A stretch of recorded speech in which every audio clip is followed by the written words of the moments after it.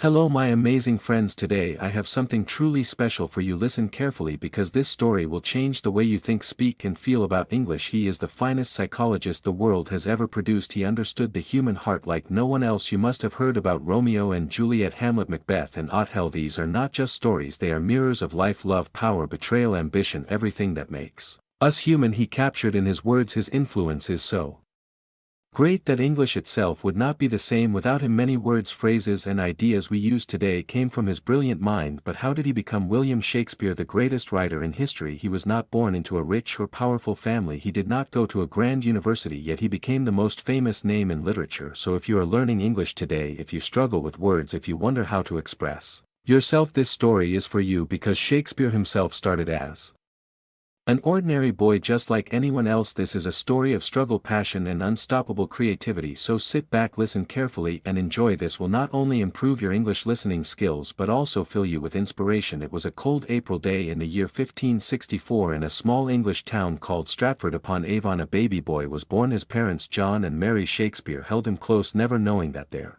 son would one day change the world. His name was William Shakespeare. Stratford upon Avon was not a big city. It was a quiet town with narrow streets, wooden houses and a river flowing gently through it. People lived simple lives, working as farmers, traders and craftsmen. William's father, John Shakespeare, was a glove maker. He made fine leather gloves and sold them in the town market. He was a hard-working man, respected in the community. His mother, Mary Ar, came from a wealthy farming family. She was kind, strong and full of love for her children. William was the third of 8 children. The house was always noisy with laughter, chatter and the sounds of daily life. But William was different. He was curious. He observed everything. He listened to how people spoke, how they laughed, how they cried. He didn't know it yet, but this curiosity would one day make him the greatest playwright of all time. In those days there were no televisions, no phones, no internet. People entertained themselves with stories. Traveling actors would come to town and perform plays in the streets. Young William would watch in amazement, his eyes wide with excitement. He loved listening to old legends, folk tales and heroic stories from history. Each story made his imagination stronger. At the age of 7, William started school. The school was a small, simple building with wooden benches and a strict teacher, but what he learned there would shape his destiny. He studied Latin, history, poetry and literature. Latin was the language of scholars and young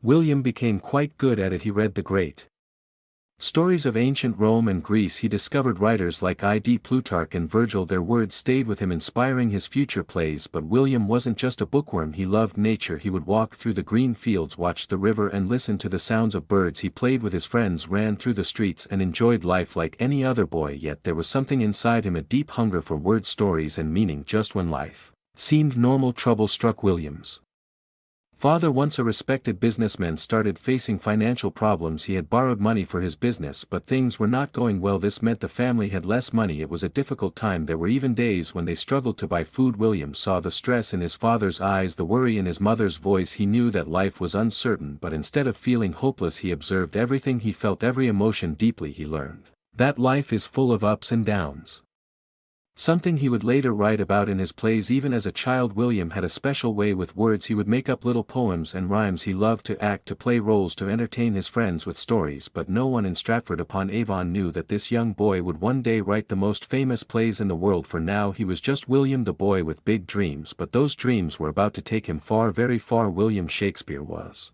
growing up fast. By the time he turned 14, he had already read many books, listened to hundreds of stories and watched traveling actors perform in his small town. But life was not easy. His father's financial troubles were getting worse. The once respected businessman was now struggling to pay debts. His family, which had lived in comfort, was now facing tough times. Young William saw it all. He saw how quickly life could change. He understood that nothing in life was permanent, not money, not status, not even happiness. But instead of feeling hopeless, he became more observant, thoughtful and creative. And then something happened that changed his life forever. By the time William turned 18, he was no longer a boy. He was a young man, and like many young men, he fell in love. Her name was Anne Hathaway. She was a beautiful, intelligent and independent woman, but there was something unusual about their love story. Anne was 26 years old, 8 years older than William. In those times it was uncommon for a younger man to marry an older woman, but love doesn't follow rules, and William was deeply in love with, and however something unexpected happened and Hathaway became pregnant before they were married. This was a big deal in those days. Society was very strict about such matters, and a child born outside of marriage would bring shame to both families, so William and Anne had to get married quickly in November 1582 at just 18 years old. William Shakespeare married Anne Hathaway. He was still a young man,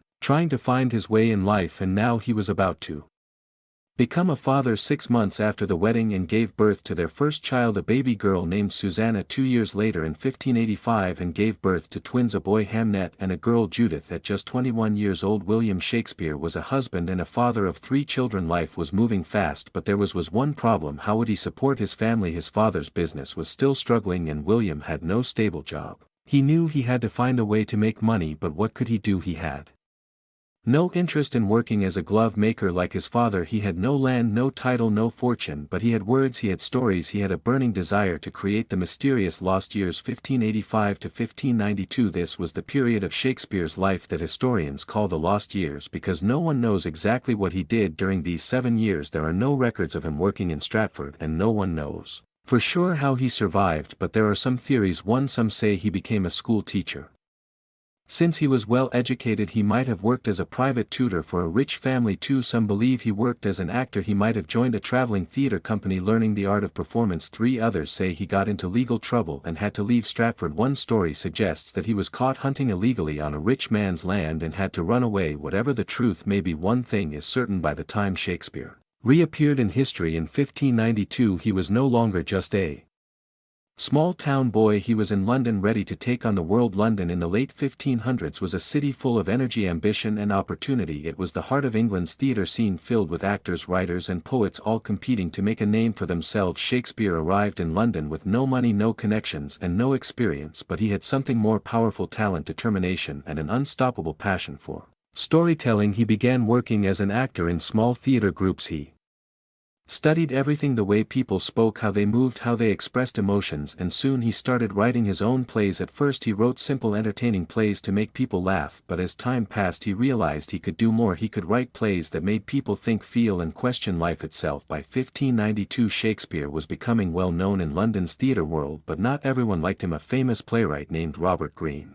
insulted him in a letter, calling him an upstart crow, meaning a nobody who was trying to act like a great WR. But Shakespeare didn't let it stop him. Instead he worked harder. He wrote more plays, performed in more theaters and gained the respect of actors and audiences. Then in 1593 something terrible happened. A deadly disease called the plague spread across London. Theaters were forced to close and Shakespeare suddenly found himself without work. But he didn't give up. Instead of writing plays, he started writing poems. He wrote 2 famous long poems: 1 Venus and Adonis, 2 The Rape of Lucre. These poems made him rich and famous. Even the Queen of England, Queen Elizabeth I, was impressed by his work. By 1594 theatres reopened and Shakespeare returned to doing what he loved most: writing and performing plays. From 1594 onwards Shakespeare became part of a famous acting company called the Lord Chamberlain's Men. He was not just writing plays, he was performing in them. His plays were full of love and heartbreak: Romeo and Juliet, power and ambition; Macbeth, betrayal and revenge; Hamlet, jealousy and madness; Othello. By the late 1590s Shakespeare was one of the most famous playwrights in England, but Shakespeare didn't stop. He wanted more success, more influence and more masterpieces that would stand the test of time, and that's exactly what he achieved. The Globe Theatre, a home for Shakespeare's dreams. In 1599 something extraordinary happened. S.H. Shakespeare and his acting company, the Lord Chamberlain's Men, decided to build their own theatre. They named it the Globe Theatre. Imagine the scene: